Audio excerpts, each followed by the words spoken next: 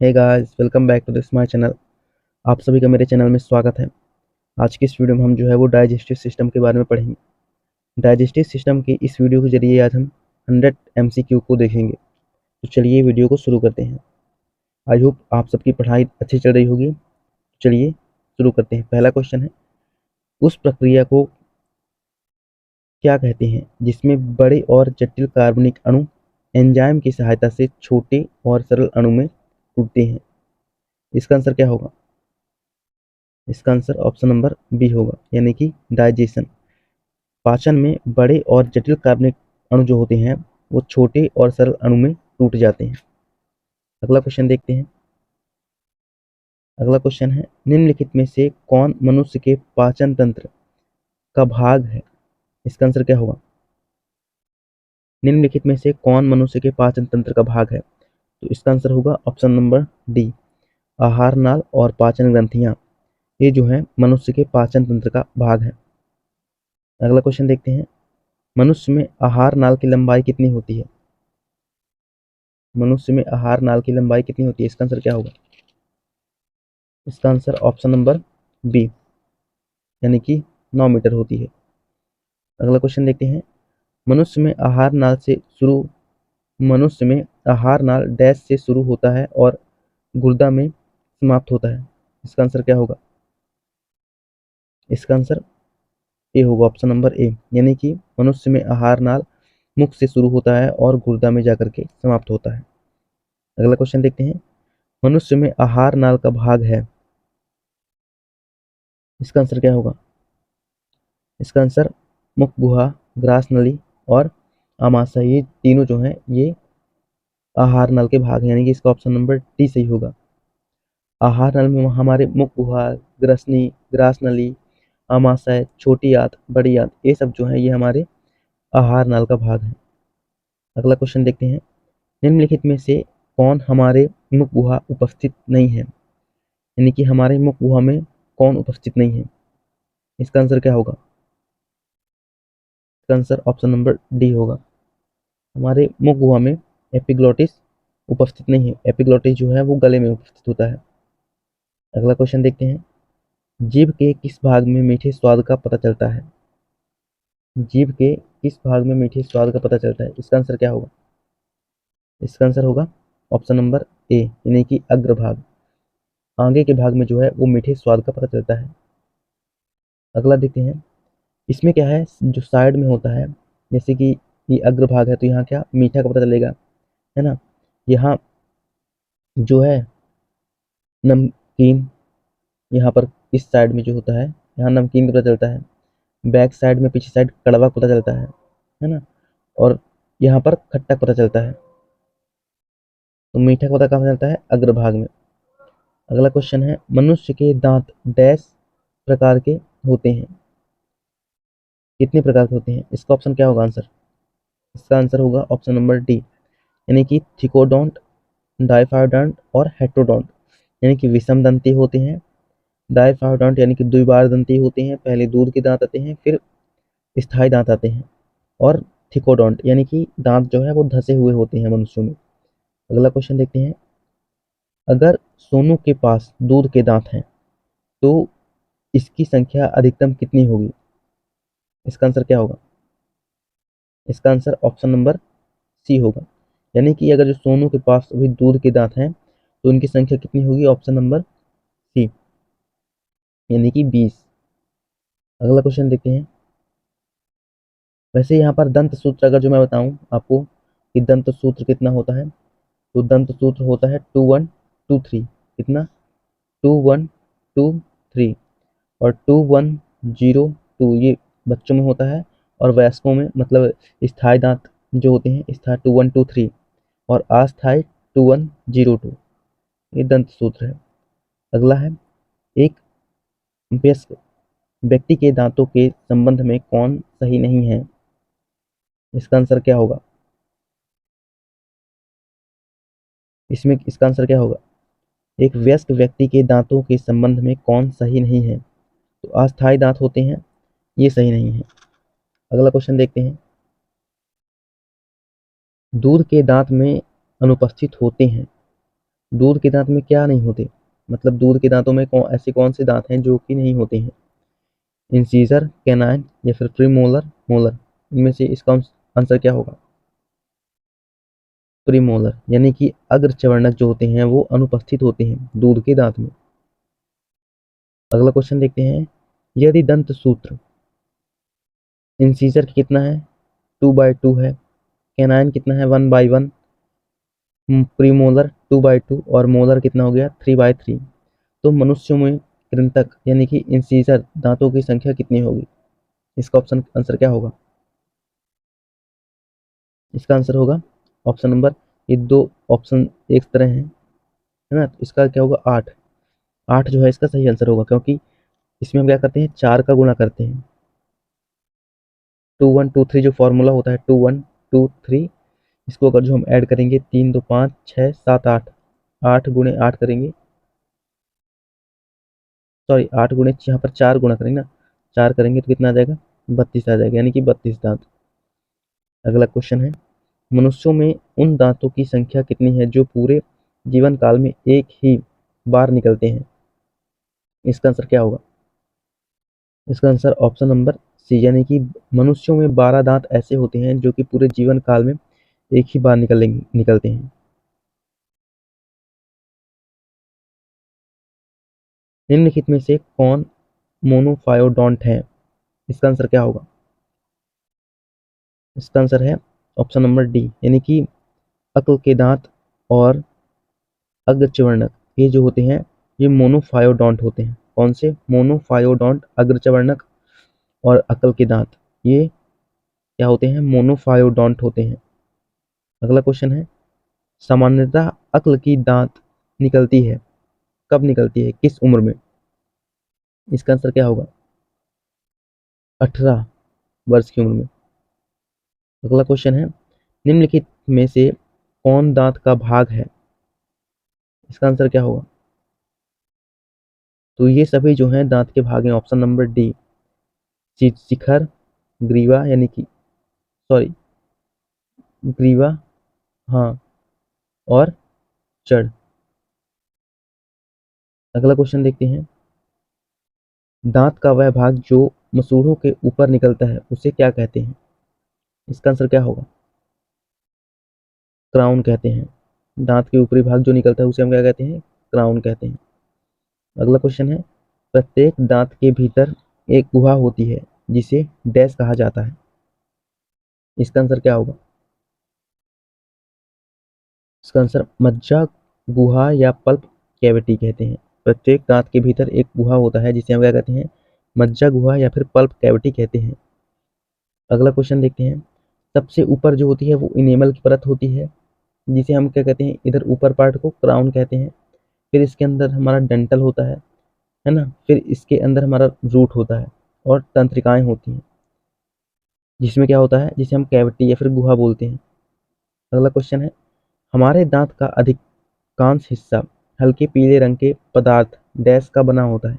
इसका आंसर क्या होगा? इसका आंसर क्या होगा? 19 का आंसर हमारा जो है वो डेंटाइन, क्या कहलाता है? डेंटाइन। हमारे दांत का अधिकतम हिस्सा हल्के पीले रंग के पदार्थ का बना होता है, वो क्या होता है? डेंटाइन होता है। अगला क्वेश्चन देखते हैं, डैश दांत के संवेदी स्तर को सुरक्षा प्रदान करता है और दांत को चमकीला बना कर रखता है। इसका आंसर क्या होगा? इसका आंसर क्या है? इसका आंसर इनेमल। इनेमल जो है वो हमारे दांत को संवेदी स्तर को सुरक्षित रखता है और दांतों को चमकीला बना के रखता है। अगला क्वेश्चन है, मानव शरीर का सबसे कठोर भाग कौन सा है? इसका आंसर क्या होगा? इसका आंसर ऑप्शन नंबर सी होगा, यानी कि इनेमल। इनेमल जो है वो मानव शरीर का सबसे कठोर भाग है। अगला क्वेश्चन देखते हैं, मानव शरीर का सबसे कठोर ऊतक कौन सा है? यहाँ पर क्या क्वेश्चन था? मानव शरीर का सबसे कठोर भाग पूछा था, लेकिन यहाँ पर मानव शरीर का सबसे कठोर ऊतक पूछा हुआ है, यानी कि टिश्यू पूछा हुआ है। तो मानव शरीर का सबसे कठोर टिश्यू क्या होगा? इसका आंसर क्या होगा? इसका आंसर हड्डी होगा। क्या हड्डी? मानव सबसे, क्योंकि हड्डी जो है वो एक संयोजी ऊतक है। यहाँ पर क्या पूछा है? सबसे कठोर ऊतक। तो ऊतक जो पूछे तो हमारा ऑप्शन नंबर डी सी होगा, यानी कि हड्डी। अगला क्वेश्चन है, हमारे दांत का इनेमल और डेंटाइन मुख्य रूप से किससे बना होता है? इसका आंसर क्या होगा? इसका आंसर है इसका आंसर क्या होगा? कैल्शियम और फास्फोरस, है ना दोस्तों। इसका आंसर कैल्शियम फास्फोरस होगा। आई होप आपको वीडियो इंजॉयफुल लग रहा हो तो इसे लाइक भी करें और अपने दोस्तों तक शेयर भी करें। अगला क्वेश्चन है, विभिन्न प्रकार के दांत और उसके कार्य के संबंध में कौन सही है? इसका आंसर क्या होगा? इसका आंसर क्या होगा? इंसीजर काम कटिंग होता है, कैनाइन काम टीयरिंग होता है यानी कि चीरना फाड़ना, मोलर काम क्या होता है? ग्राइंडिंग यानी कि पीसना और चबाना, यानी कि इसके ऑप्शन नंबर डी आंसर होगा। इसके क्या है? इसका ऑप्शन नंबर डी सही है। अगला क्वेश्चन है, मुख गुहा एक छोटा मुख गुहा एक छोटी डैश में खुली मुख गुहा एक छोटी डैश में खुलती है जो वायु एवं भोजन दोनों का ही पथ है। इसका आंसर क्या होगा? यहाँ पर पथ होगा। इसका आंसर क्या होगा? तो इसका आंसर ग्रसनी होगा, यानी कि फेरिंग्स। फेरिंग्स जो है मुख गुहा और मुख मतलब फेरिंग्स एक ऐसा भाग है जिसमें इसकी वायु भी और भोजन भी प्रवेश करता है। अगला क्वेश्चन है, डैश भोजन को निगलते समय वासन नली में जाने से रोकता है? वॉइस नली। यहाँ पर क्या होगा? इसका आंसर क्या होगा? इसका आंसर एपिग्लॉटिस होता है। क्या? एपिग्लॉटिस। एपिग्लॉटिस जो होता है वो भोजन को वायुनाल में जाने से रोकता है। अगला क्वेश्चन है, हमारे शरीर में ग्रास नली की लंबाई लगभग कितनी होती है? इसका आंसर क्या होगा? 25 सेंटीमीटर। अगला क्वेश्चन देखते हैं, आहार नाल के किस भाग में कोई पाचन की क्रिया नहीं होती है? इसका आंसर क्या होगा? 28 का आंसर क्या होगा? हाँ, जिस किसी ने भी इसका आंसर बी दिया है यानी कि कृष्ण और इसोफेगस, उसका आंसर सही है। यानी कि आहार नाल में इसोफेगस भाग जो है वो पाचन की क्रिया में भाग नहीं लेता है, जबकि मुख गुहा आमाशय और छोटी आंत जो है भाग लेते हैं। अगला क्वेश्चन है, बोलस का ग्रास नली में पहुंचते ही इसके दीवारों में शीतलन और फैलाव शुरू हो जाता है, इसे क्या कहते हैं? इसका आंसर क्या होगा? जल्दी इसका आंसर कमेंट बॉक्स में बताओ। हाँ हाँ, ठीक। जिस किसी ने भी इसका आंसर क्रमाकुचन दिया है उसका आंसर सही है, यानी कि इसका ऑप्शन नंबर सी सही होगा। 29 का क्या होगा? सी। अगला क्वेश्चन देखते हैं, आमाशय उदर गुहा में बाईं ओर स्थित होती है, यह अंग्रेजी के किस अक्षर के जैसी होती है? इसका आंसर क्या होगा? हाँ, 30 का आंसर क्या है? जिस किसी ने भी इसका आंसर जे दिया है यानी कि डी, उसका आंसर सही है, यानी कि हमारी आमाशय जो है वो जे आकार की होती है। अगला क्वेश्चन है, निम्नलिखित में से कौन सा एक आमाशय का भाग छोटी आंत के सबसे नजदीक है? इसका आंसर क्या होगा? जिस किसी ने भी इसका आंसर दिया है क्या? पायरोलिक, उसका आंसर बिल्कुल सही है, यानी कि इसका ऑप्शन नंबर बी सही होगा। पायलोरिक जो है वो कौन सा आमाशय का भाग छोटी आंत के सबसे नजदीक है? तो कौन सा है? पायलोरिक जो है वो आमाशय का भाग है जो छोटी आंत के सबसे नजदीक है। अगला क्वेश्चन है, जठर ग्रंथि किससे संबंधित है? इसका आंसर क्या होगा? हाँ, जिस किसी ने भी आमाशय आंसर दिया है, जठर ग्रंथि आमाशय में उपस्थित होती है यानी कि स्टोमच में उपस्थित होती है। अगला क्वेश्चन है, जठर ग्रंथि डैश द्वारा स्त्रावित करता है? कौन स्त्रावित करता है? इसका आंसर क्या होगा? जठर रस। जिस किसी ने भी ऑप्शन नंबर बी दिया है उसका सही है। अगला क्वेश्चन है, जठर रस के संदर्भ में कौन असत्य है? इसका आंसर क्या होगा? जठर रस के संबंध में कौन असत्य है? तो जठर रस, इसका ऑप्शन नंबर बी सही होगा, क्योंकि मतलब बी गलत दिया हुआ है यहाँ पर। हमारा जो जठर रस होता है वो क्या होता है? क्षारी। क्षारी नहीं होता, अम्लीय होता है ना, HCl के स्राव कारण। अगला है, किस जठर रस किसका मिश्रण होता है? इसके ऑप्शन कुछ इस प्रकार दिए हुए हैं, हाइड्रोक्लोरिक म्यूकस, पेप्सिनोजन, प्रोरेनिन। इसका आंसर क्या होगा? इसके ऑप्शन कुछ इस प्रकार के हैं, तो इसका आंसर क्या होगा 35 का? डी होगा। यानी कि हमारा HCl, म्यूकस और पेप्सिनोजन और प्रोरेनिन ये सभी आमाशय में पाचन करते हैं। अगला क्वेश्चन है, जठर रस में श्लेष्मा का म्यूकस का स्त्राव जठर ग्रंथि के किस कोशिका के द्वारा होता है? इसका आंसर क्या होगा? 36 का आंसर ग्लोबुलर सेल, यानी कि ग्लोबुलर सेल के द्वारा जो होता है वो म्यूकस का स्त्राव होता है, जिसे हम श्लेष्मा भी कहते हैं। अगला क्वेश्चन है, जठर रस में उपस्थित हाइड्रोक्लोरिक अम्ल का मुख्य कार्य क्या है? इसका आंसर क्या होगा? हाँ जल्दी, इसका आंसर क्या होगा? जिस किसी ने भी इसका आंसर इनमें से सभी दिया है, ऑप्शन नंबर डी, उसका आंसर बिल्कुल सही है। यानी कि जठर रस जो होता है यह निष्क्रिय एंजाइम को सक्रिय करता है। यह भोजन के साथ आने वाले कीटाणुओं को नष्ट करता है और यह भोजन को मुलायम भी बनाता है। अगला क्वेश्चन है 38 नंबर, निम्नलिखित में से कौन प्रोटियोलाइटिक एंजाइम है? इसका आंसर क्या होगा?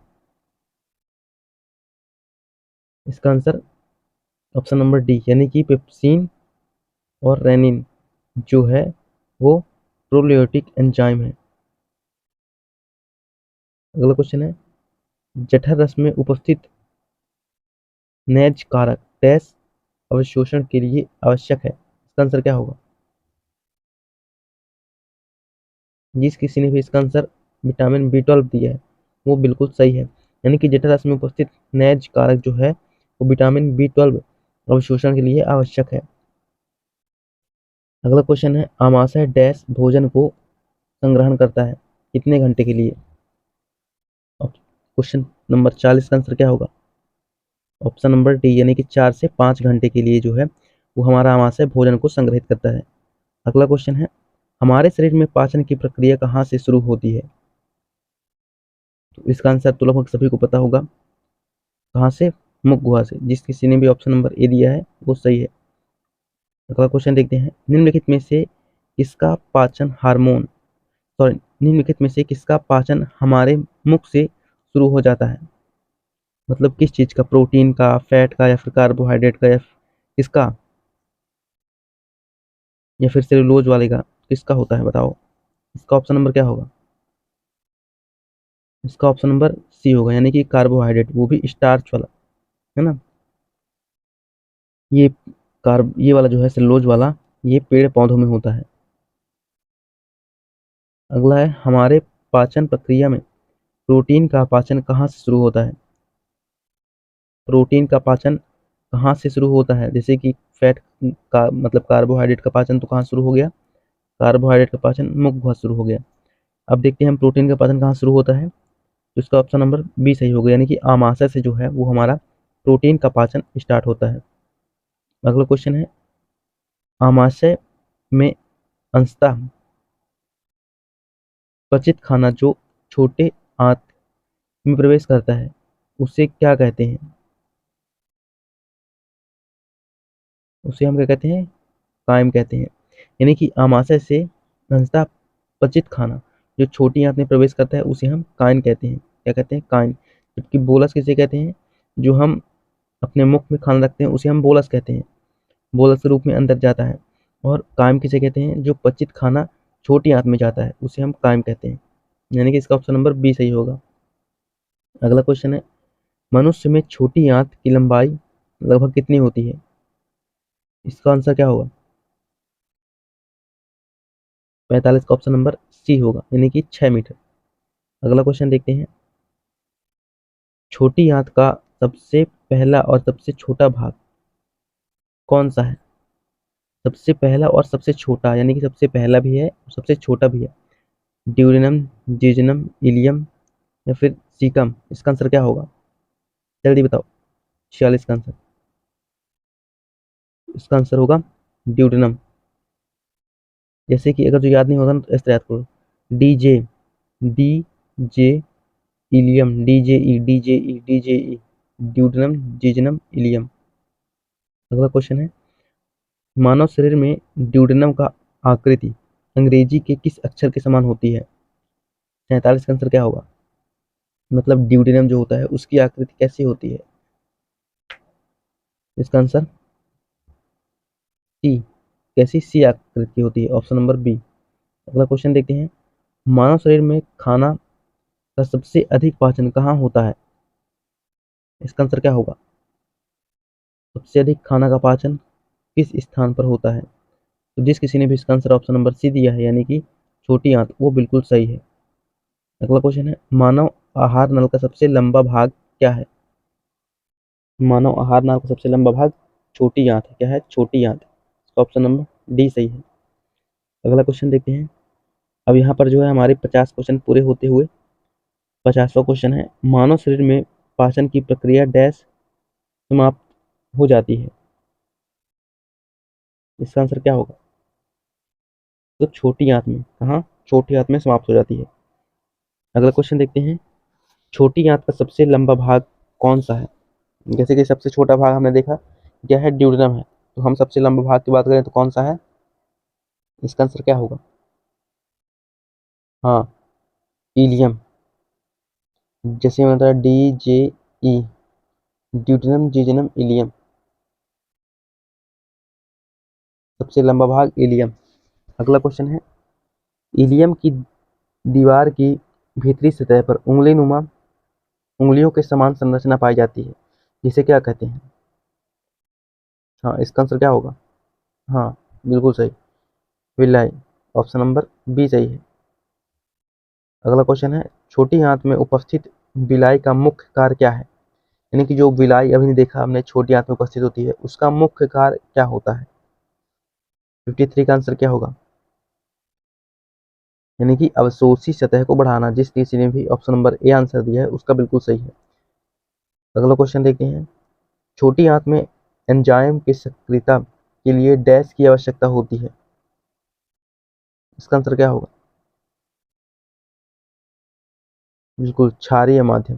कौन सा? क्षारीय माध्यम। छोटी आंत में एंजाइम की सक्रियता के लिए क्षारीय माध्यम की आवश्यकता होती है। अगला क्वेश्चन देखते हैं, बड़ी आंत का कौन सा भाग छोटी आंत के इलियम से जुड़ा होता है? हम्म, बिल्कुल बिल्कुल, इसका आंसर क्या होगा? तो बड़ी आंत के भाग कौन से? सीकम, कोलोन, रेक्टम जो होते हैं वो बड़ी आंत के भाग होते हैं। तो हमारे यहाँ पर पूछ रहा है कि इलियम से कौन सा भाग जुड़ा होगा, यानी कि छोटी आंत के इलियम जो पार्ट होता है उससे कौन सा भाग जुड़ा होगा? तो क्या होगा इसका आंसर? इसका आंसर होगा caecum. Caecum, colon, rectum. Option number इसका सी सही होगा। क्या होगा? सी, सीकम। अगला क्वेश्चन देखते हैं, अवशेषी अंग अपेंडिक्स जिसकी रचना और उंगली जैसी होती है, इसका किसका भाग है ये? 56 का आंसर क्या होगा? ये बड़ी आंत का भाग होता है, जो कि एक क्या है? अवशेषी अंग है, अपेंडिक्स। अगला क्वेश्चन है, डैश भोजन को वापस बड़ी आंत में छोटी आंत में जाने से रोकता है? मतलब बड़ी आंत से छोटी आंत में जाने में भोजन को कौन रोकता है? 57 का आंसर क्या होगा? हाँ, जिस किसी ने भी ऑप्शन नंबर डी दिया है बिल्कुल सही है, इलियोसिक वॉल्व, इलियोसिकल वॉल्व। अगला क्वेश्चन है, निम्नलिखित में से कौन सा एक बड़ी आंत का कार्य नहीं है? मतलब बड़ी आंत का कार्य इनमें से कौन सा नहीं है? 58 का क्या होगा? भोजन का पाचन। भोजन का पाचन जो है वो बड़ी आंत का काम नहीं है। बड़ी आंत में पानी का अवशोषण होता है और जो दवाई वगैरह हम लेते हैं उसका अवशोषण होता है। अगला है, पाचन प्रक्रिया में अपचित और अनावेशित पदार्थ को क्या कहते हैं? इसका आंसर क्या होगा? ऑप्शन नंबर सी, यानी कि मल होगा। अगला है, अस्थायी रूप से मल त्यागने से पहले तक यह डैश में रहता है? इसका आंसर क्या होगा? मतलब मल जो है वो मल त्यागने से पहले कहाँ स्थित रहता है? हाँ, इसका आंसर मलाशय होगा। ऑप्शन नंबर सी सही होगा। अगला क्वेश्चन देखते हैं, डैश मलाशय के द्वारा है दीवार है जो शरीर के बाहर की ओर खुलता है? इसका आंसर क्या होगा?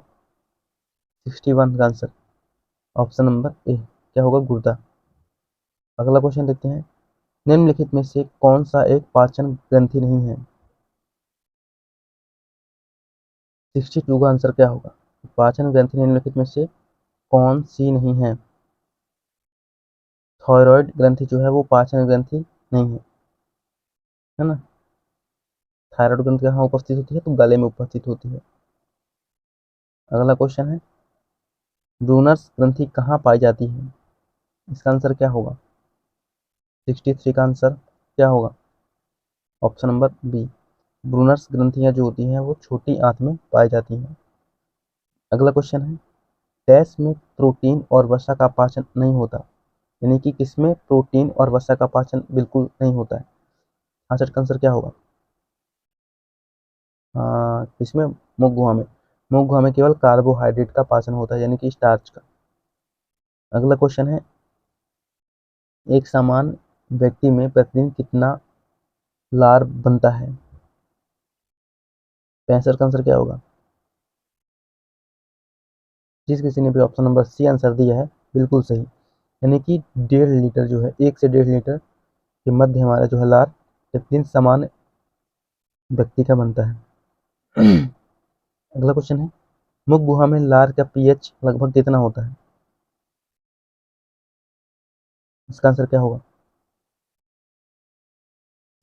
6.8, यानी कि हमारा जो है लार वो क्या होता है? हल्का क्षारीय, सॉरी अम्लीय होता है। अगला क्वेश्चन है, लार में कौन सा एंजाइम कार्बोहाइड्रेट यानी कि स्टार्च को माल्टोज में तोड़ता है? इसका आंसर क्या होगा? 67 का आंसर एमाइलेज, जिसे हम टाइलिन भी बोलते हैं, या एमाइलेज जिसे हम टाइलिन भी बोलते हैं। देखो यहाँ पर मैं एक ट्रिक बता रहा हूँ, है ना। LAT, लात, LAT लात याद रखना, क्या? लात याद रखना। और कार्बोहाइड्रेट, फैट, प्रोटीन, ABCD के सीक्वेंस में जो हम लिखेंगे तो पहले C आएगा, फिर F आएगा, फिर P आएगा। तो यहाँ पर हमारा क्या है? लाइपेज कार्बोहाइड्रेट में बदलता है, एमाइलेज फैट में, ट्रिप्सिन प्रोटीन में परिवर्तित करता है। ट्रिप्सिन जैसे कि यहाँ पर प्रोटीन में, और ये लाइसोजाइम एंजाइम क्या है? ये हमारे जो है जैसे कि बाथरूम वगैरह में लाइसोजाइम नामक एंजाइम पाया जाता है। अगला क्वेश्चन है, डैश में कार्बोहाइड्रेट के पाचन के लिए कौन एंजाइम नहीं है? मतलब कार्बोहाइड्रेट के पाचन के लिए कोई एंजाइम किस में नहीं होता है? 68 का आंसर क्या होगा? आमाशय। आमाशय में किसका पाचन होता है? तो प्रोटीन का पाचन होता है। किसका? प्रोटीन का पाचन होता है आमाशय में। अगला क्वेश्चन देखते हैं, आमाशय में दूध में उपस्थित प्रोटीन कैसीन को पेप्टोन्स में कौन सा एंजाइम बदलता है? 69 का आंसर क्या होगा? यानी कि यहाँ पर पूछ रहा है दूध में उपस्थित प्रोटीन कौन सा होता है? केसीन, जिसको पेप्टोन्स में कौन परिवर्तित करता है? तो इसका आंसर रेनिन होगा, ऑप्शन नंबर बी। जिस किसी ने भी ऑप्शन नंबर बी दिया बिल्कुल सही। अंत में बताएं कि ये 100 में से कितने क्वेश्चन जो है वो सही हुए। अगला क्वेश्चन है, आमाशय में प्रोटीन को पेप्टोन्स में कौन परिवर्तित करता है? 70 का आंसर क्या होगा? पेप्सिन। पेप्सिन जो है वो प्रोटीन को पेप्टोन्स में परिवर्तित करता है। निम्नलिखित में से कौन शरीर के लीवर के संदर्भ में सही नहीं है? तो कौन सा है जो लीवर के संबंध में सही नहीं लिखा हुआ है यहाँ पर? 71 का आंसर क्या होगा? इसका आंसर क्या होगा? ऑप्शन नंबर डी, ये जो है सही नहीं लिखा हुआ है। यह ट्रिप्सिन नामक एंजाइम को स्रावित करता है, ट्रिप्सिन नामक एंजाइम को स्रावित नहीं करता है।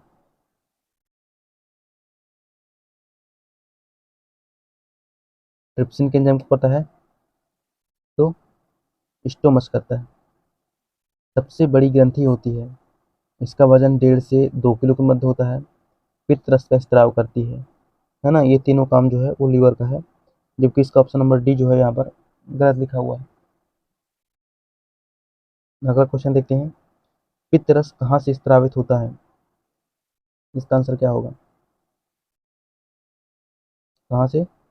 हाँ, लीवर से, यकृत से। अगला क्वेश्चन देखते हैं, यकृत द्वारा स्रावित पित्त रस अस्थायी रूप से कहाँ संचित होता है? यानी कि जो पित्त रस यकृत स्रावित करता है वो कहाँ स्टोर होता है? गॉल ब्लैडर, पित्ताशय में संग्रहित होता है। अगला क्वेश्चन है, मनुष्य में पित्त के संदर्भ में कौन सही नहीं है? मनुष्यों में पित्त के संबंध में कौन सही नहीं है? 74 का आंसर क्या होगा? ऑप्शन नंबर डी, यह वसा का पायसीकरण नहीं करता। ये गलत है, जबकि ये क्या करता है? वसा का पायसीकरण करता है। पित्तरस जो है वो वसा का पायसीकरण करता है। इसका पीएच 7.78 तक होता है, मतलब 7.8 तक होता है, 7.78। यानी कि क्या होता है? ये हल्का क्षारीय होता है। जैसे कि वहां से क्या हो गया, अम्ल बन मतलब अम, अम्ल के रूप में निकलता है भोजन, कहाँ से? स्टोमच से। तो ये क्या करता है? उसे क्षारीय करता है। प्रतिदिन यह 600 ml तक निकलता है, 600 से 1 लीटर तक। इसके पास कोई एंजाइम नहीं होता है। तो ऑप्शन नंबर डी सही है। क्या पूछा था, मनुष्यों में पित्त के संबंध में कौन सा कथन सही नहीं है? तो ये वसा का पायसीकरण नहीं करता, ये सही नहीं है। क्या करता है? वसा का पायसीकरण करता है। अगला क्वेश्चन देखते हैं, निम्न में से किस पित्त में पाया जाता है? सॉरी, निम्नलिखित में से क्या पित्त रस में पाया जाता है? इसका आंसर क्या होगा? 75 का आंसर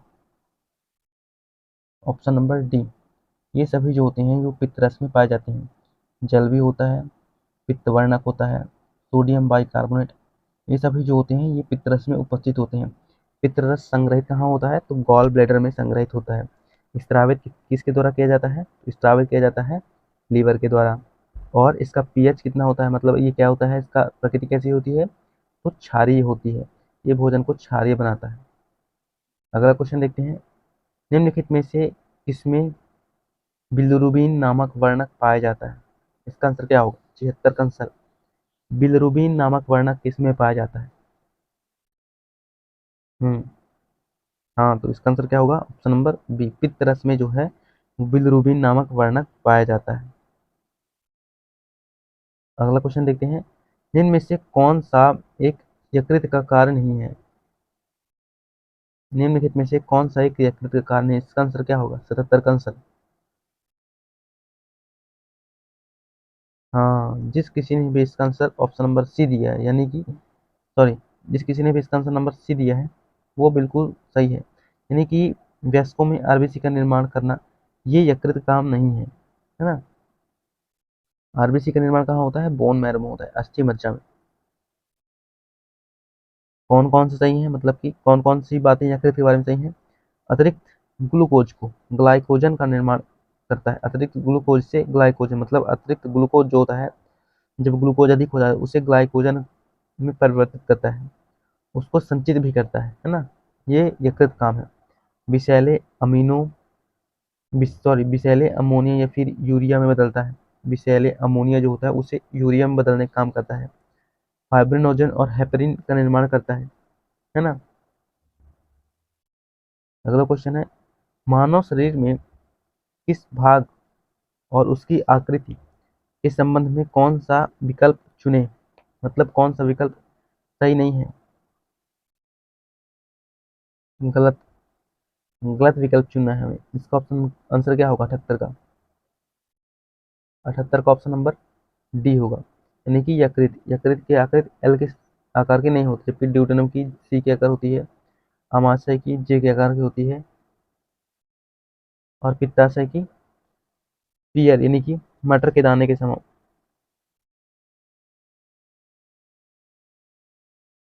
मनुष्यों में अग्नाशय के संदर्भ में कौन अपत्य है?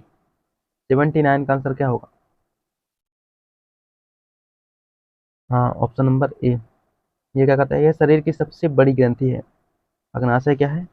शरीर की सबसे बड़ी ग्रंथि है, और क्या है? मिक्स मिक्स ग्लैंड भी है ये, है ना। ये क्या है, मिक्स ग्लैंड भी है। अगला अगला क्वेश्चन देखते हैं। डैश की द्वीपिका कहाँ पाई जाती है?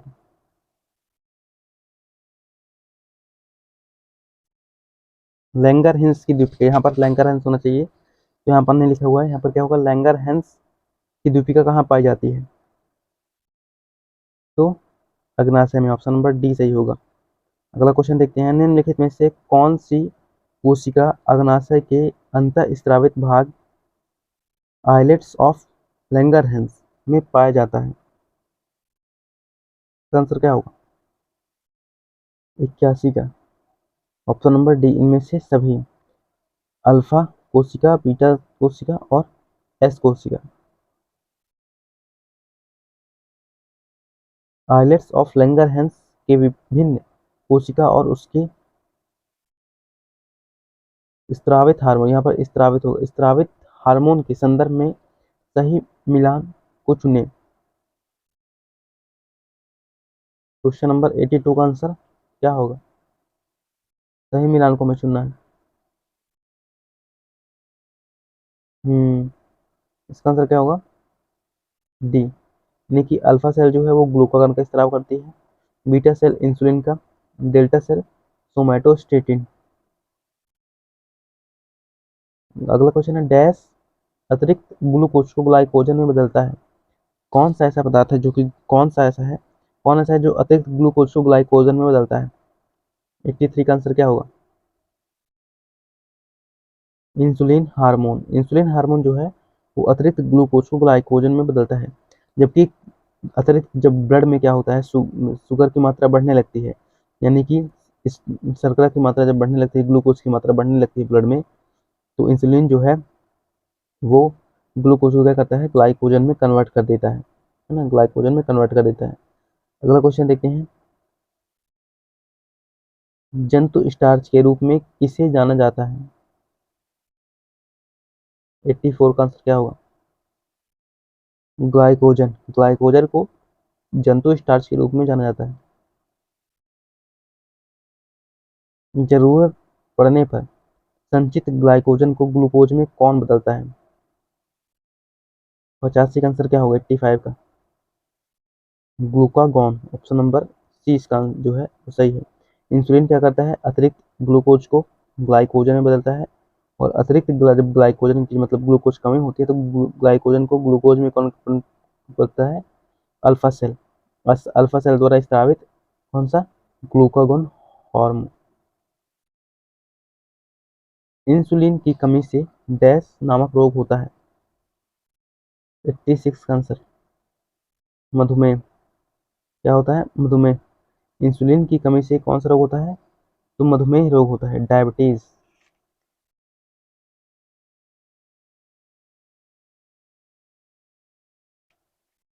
मधुमेह दिवस की बात करें कि मधुमेह दिवस कब मनाया जाता है, तो 14 नवंबर को जो है वो मधुमेह दिवस मनाया जाता है। इंसुलिन की बात करें, इंसुलिन जो हार्मोन जो है, इंसुलिन हार्मोन का स्राव कौन करता है? तो बीटा सेल करती है। इंसुलिन में क्या है, जिंक नामक धातु पाई जाती है। कौन, अगर पूछे कि इंसुलिन में कौन सी धातु पाई जाती है? जिंक धातु। इंसुलिन रक्त शर्करा को स्राव को विनियमित करता है, यानी कि कंट्रोल करता है, किसको? शुगर को। और ब्लड में अतिरिक्त शुगर को ग्लाइकोजन में कन्वर्ट करता है, जैसे कि मैंने बताया भी कि इंसुलिन जो है वो अतिरिक्त शुगर जब हो जाता है ब्लड में, उसे ग्लाइकोजन में कन्वर्ट करता है। इंसुलिन में अमीनो अम्ल की खोज जो है वो फ्रेडरिक रोमर ने की थी, फ्रेडरिक सेंगर ने की थी। अगला क्वेश्चन देखते हैं। अग्नाशयी रस के संदर्भ में कौन असत्य है? 87 का आंसर क्या होगा? 87 का आंसर क्या होगा? ऑप्शन नंबर बी, यानी कि अम्ल, यह अम्लीय होता है। अग्नाशय रस जो होता है यह हल्का अम्लीय होता है। अगला क्वेश्चन, ठीक, हाँ, अगला क्वेश्चन है, अग्नाशयी रस में मुख्य रूप से पाए जाने वाले पाचक एंजाइम कौन है? 88 का आंसर क्या होगा? 88 का आंसर, जल्दी, इनमें से सभी। ट्रिप्सिन, एमाइलेज, लाइपेज, ये तीनों जो हैं वो अग्नाशय में पाचक एंजाइम स्रावित होते हैं। अगला क्वेश्चन देखते हैं। अग्नाशयी एंजाइम और उसके कार्य का गलत मिलान चुनें। इसका आंसर क्या होगा? कौन सा है गलत मिलान? हाँ, तो इनमें से कोई नहीं, यानी कि सभी सही हैं। ट्रिप्सिन प्रोटीन का पाचन करता है, एमाइलेज कार्बोहाइड्रेट का, और लाइपेज इसका वसा का। अगला क्वेश्चन है, निम्नलिखित में से कौन सा एंजाइम प्रोटीन पाचक नहीं है? 90 का आंसर क्या होगा? Option number D, lipase. Lipase जो है वो प्रोटीन पाचक नहीं है। जबकि प्रोटीन का कौन कौन? इरिप्सिन, ट्रिप्सिन, पिप्सिन, ये जो है तीनों, इरिप्सिन, ट्रिप्सिन, पिप्सिन, ये तीनों मिलकर के मतलब तीनों प्रोटीन का पाचन करते हैं। किसका? प्रोटीन का पाचन करते हैं, इरिप्सिन, ट्रिप्सिन, पिप्सिन। अगला क्वेश्चन, निम्नलिखित में से कौन सा एक छोटी आंत का एमाइलोलाइटिक एंजाइम नहीं है? 91 का आंसर क्या होगा? इसका छोटी आंत का पूछ रहा है। ऑप्शन नंबर डी, इरिप्सिन जो है वो छोटी आंत का माइलोलाइटिक एंजाइम जो है नहीं है। जबकि माल्टेज, लैक्टेज, सुक्रेज जो है ये है। अगला क्वेश्चन है, मनुष्यों के अंतिम पाचन कहाँ पर होता है? 92 का आंसर क्या होगा? इसका आंसर क्या होगा? छोटी आंत में। अगला क्वेश्चन देखते हैं, उस नलिका को क्या कहते हैं जिससे पित्त रस और अग्नाशयी रस दोनों एक साथ आकर छोटी आंत के ड्यूडेनम में पहुंचते हैं? इसका आंसर क्या होगा? यकृत और अग्नाशयी नलिका। क्या यकृत और अग्नाशयी नलिका कहते हैं? अगला क्वेश्चन है, वसा का पाचन मुख्य रूप से कहाँ पर शुरू होता है? वसा का पाचन मुख्य रूप से कहाँ शुरू होता है?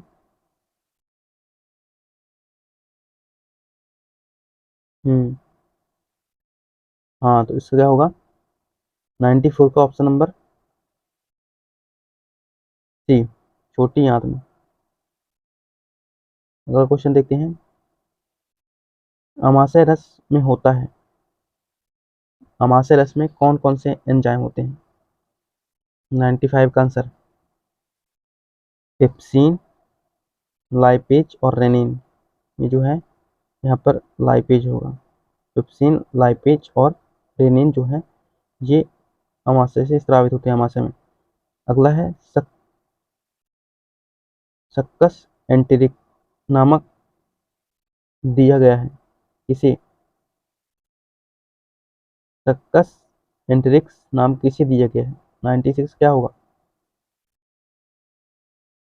आंतरस के लिए नाम दिया गया है।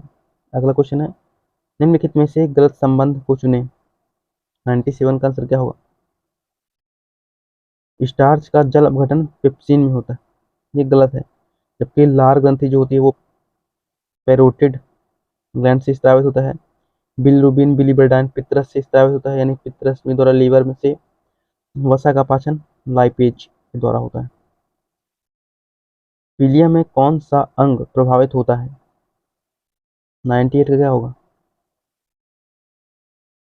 पीलिया में यकृत जो है वो प्रभावित होता है। क्या? यकृत। पीलिया में यकृत प्रभावित होता है। अगला है, कुफर कोशिकाएं किससे संबंधित हैं? 99, सेकंड लास्ट आंसर, कुफर कोशिकाएं लीवर में उपस्थित होती हैं। लास्ट क्वेश्चन हमारा, जब मनुष्यों में पाचन समाप्त होता है तब जटिल पोषक तत्व और उसका अंतिम रूपांतरण के संबंध में कौन सा सही मिलान नहीं है? का आंसर क्या होगा?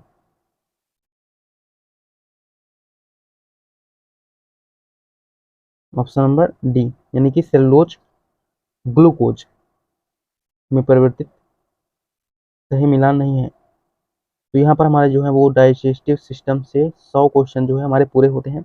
आई होप आपको वीडियो अच्छा लगा हो। वीडियो अच्छा लगा तो उसे लाइक करें, अपने दोस्तों तक शेयर करें। Thanks for watching.